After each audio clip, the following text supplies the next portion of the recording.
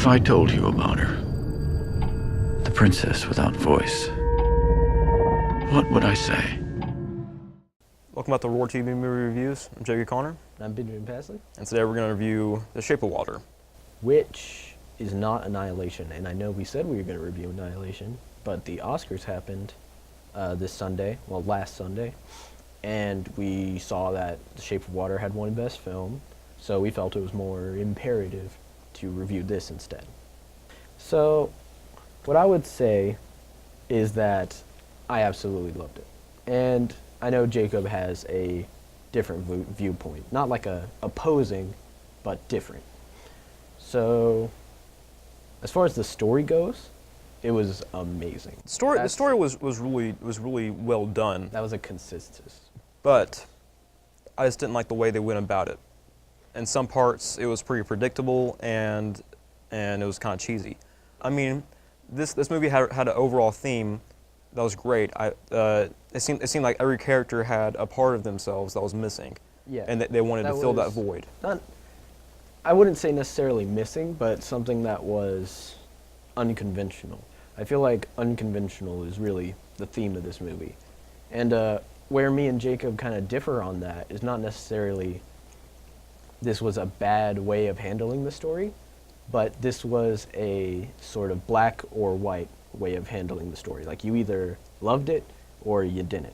And neither of those are bad things, but they are different things. Now, as stated, this won Best Film, but it also won Best Original Soundtrack, which I feel it completely deserved.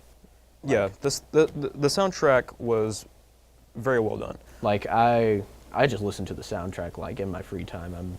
As far as shortcomings go, I don't really have any, which I feel is personal bias on my part, because I finished watching this movie and it's now my favorite movie, to be honest, and like that's sort of become a problem because it's hard for me to find flaws in it. So I feel like Jacob could handle this part better.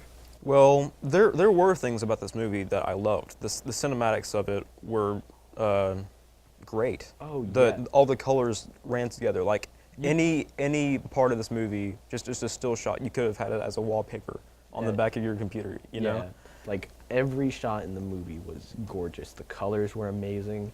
The composition was perfect. I loved it. Guillermo definitely deserved Best Director for this. And I don't disagree with that. Guillermo del Toro is a great director.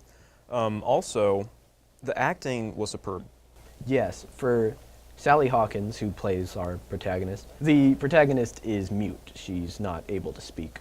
So for her to go through this entire, like, 2.5-hour movie, not say a single word, and still deliver, like, an emotionally moving performance is amazing.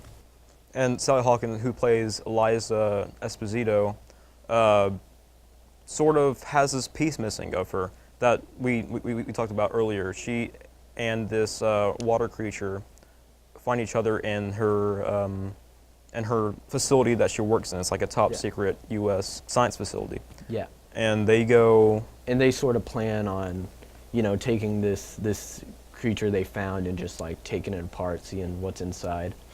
And, you know, she realizes that she can't allow what is essentially just a human in, you know, different shape, different color. She can't allow what is essentially a human to be killed for practically no reason. This movie has a deeper meaning to it than just surface.